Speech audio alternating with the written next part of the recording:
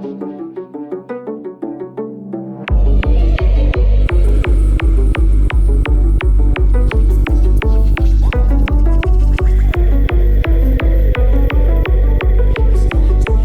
everyone. Today we are with Vutt'un. Hola. And this interview is for electric Vashty bookings. So, hello, how are you? I'm good, yeah. Estoy bien, ¿y tú? Bien. Yeah? So, tell us about you, like what's your name, your age? Okay, my name is Gabriel. I'm Brazilian. I have 28 years old. And my project, it's called Vutt'un. Yeah. What does it mean? Vutt'un. It's not really means anything. It's just something that I made up, you know. It's more like the sound of the word, you know, Vutt'un. For me, it looks like some kind of enchantment and regards a little bit of secrets, and you know. For me, it has this feeling. So it don't really mean anything. For me, it has like this meaning, but I like the people who hear the name, then hear the sound, take its own meaning for these people, this person, you know. It's because it's about perspective. So if it means something different for you, for me it's more than okay. It's a good meaning, like sometimes I used to invent words too. Yeah. So we would like to know, like, what was your first approach to the psychedelic scene? Okay, so like 10 or 11 years ago, I go to my first rave, focus on psytrance music in Brazil. In my hometown, it used to have a lot of big raves, you know. So I have this first contact there, and it was first like mainstream psytrance parties, like that plays full on nights, progressive psytrance and things like that. And I love it. I used to love more, but I still like it full on and this kind of psytrance music. So that was my first contact, like 10 to 11 years ago. How did you got to the point, like, I want to make music? Okay. Since I was a child, I always liked music.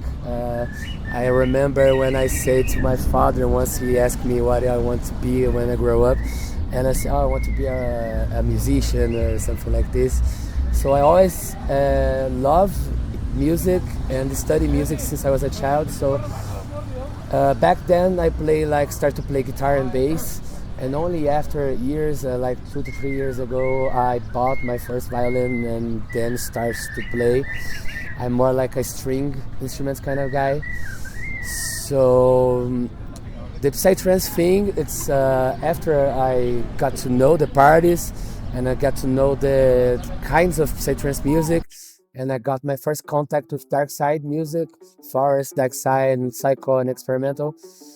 And then I was, okay, I have to learn how to do this because I want to listen my own thing, you know. It's not because I want to show the other people, or to be like a big thing, but mostly because I have to do it because it was more like a need.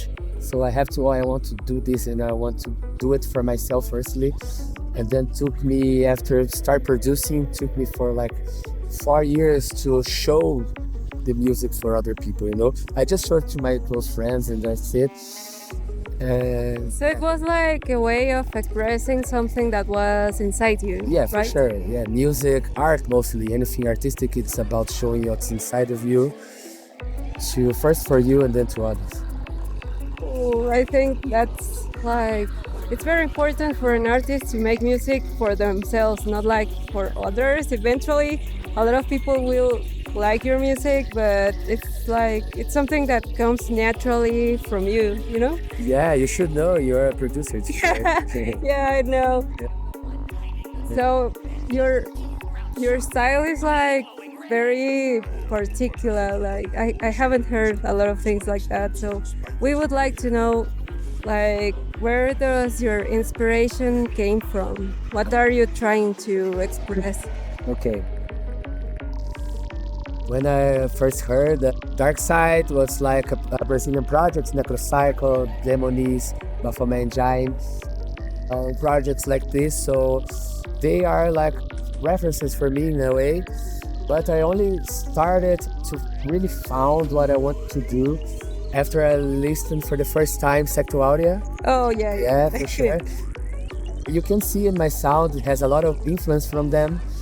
I had this opportunity to talk to them in India and express my admiration and love for what they do. So inside psytrance music, mostly my biggest reference is, without a doubt, Sectuaria. And opening also, Vomt, Depuratos, yes. Projects like this, Setuketo for sure. So inside psytrance music, mostly those projects. But I also take a lot of influences outside psytrance music, like symphonies, orchestras, and folk music from a lot of countries and places in the world, So like the folk music, for the music from the people, a very cultural thing. So the gypsy things also, I love gypsy music. So yeah, the top of my head is my biggest references.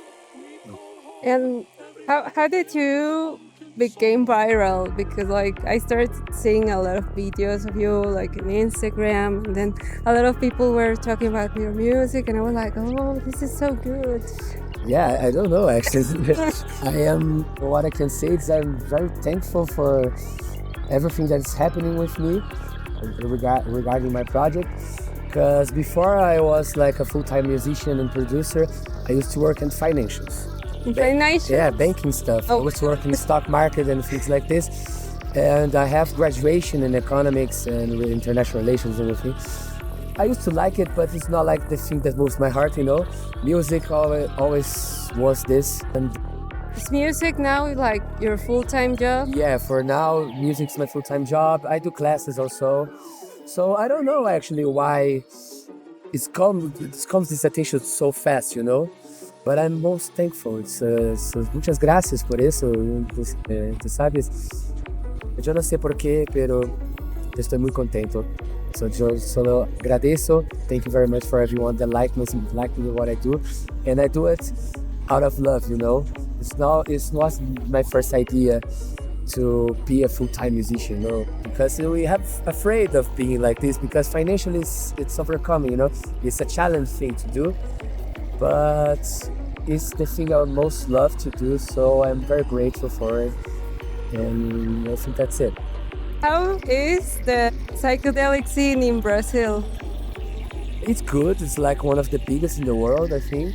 Yeah. The parties there has a lot of, how do I say this, structure, has a lot of things, very easy to get there. It has a lot of things on the bar, everything. But after the pandemics, I think in the whole world, the psytrance scene is passing for some troubles. Especially in Brazil, I don't know how it is in the other countries, but after the pandemics, things change, and I think that's normal. It doesn't mean that it's gonna end, but it's changing, right? So it's up to us that we'll get this psytrance thing, this cultural, and what we're gonna do with it, So yeah, it changes, but it's still there. It's still real, and that's the thing I most love to do. With my time.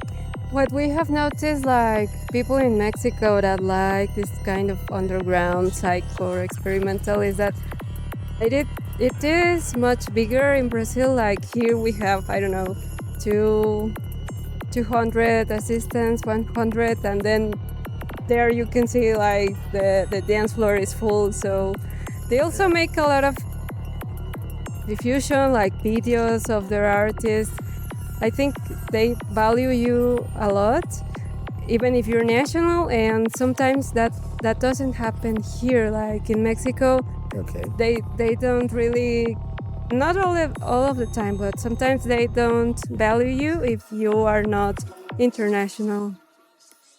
So a lot of people here are like, oh, we want to go to Brazil. It's so cool. Yeah. What would you tell like to people that want to make music? Just do it. Don't think about it too much, Just do it. If something is holding you up, just let it go and start doing it. Don't think about it too much. If you want to do music, you have to do it. You don't have to live out of music and do like spend all of your time with it. But if you have this desire, I think you should pursue it because music can open your mind. And for me, I say to this for all people that ask me that music is magic. So I Yeah, think everyone needs a exactly. little bit of magic in their life, you know. So yeah. So, how was your learning curve? Like, how long did it take you to actually be able to express the way you wanted? Okay. So I'm a producer. I started producing like 5 to 6 years ago. And then the beginning is very hard because it's a lot of complex things. The program it's hard. You have to understand a little bit of music, synthesis, and everything. And also have the feeling, you know, to do music. So in the beginning, it's difficult, but when you pass that, it's became fun, you know, and then you can express it yourself in a lot of ways. So I forget the question. What is it? Can you repeat? I forgot the question. Yeah. Yeah. How do I start? Oh, how long did it take you to get to the point of Oh, being okay, able yeah. to So express yourself? 6 years producing, but for me, I believe my sound got into a point that okay, it's good, like a year and a half ago. Because we will have to train our ears and do it a lot of times until you got it right, you know.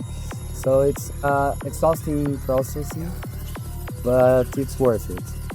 1.5 years ago, I think it starts to get good. I think I have to do a lot of learning yet to consider like this. Oh, this is Yeah, like the more you learn, the yeah, more you feel like you need to learn.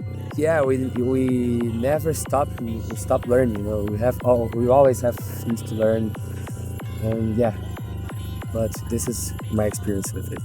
How was your experience here in Mexico? Oh, es muy bueno. Estoy Muy bueno. muy bueno. Me gusta mucho de México. Estoy muy contento por estar acá. Y yo quiero mucho regresar en breve para México.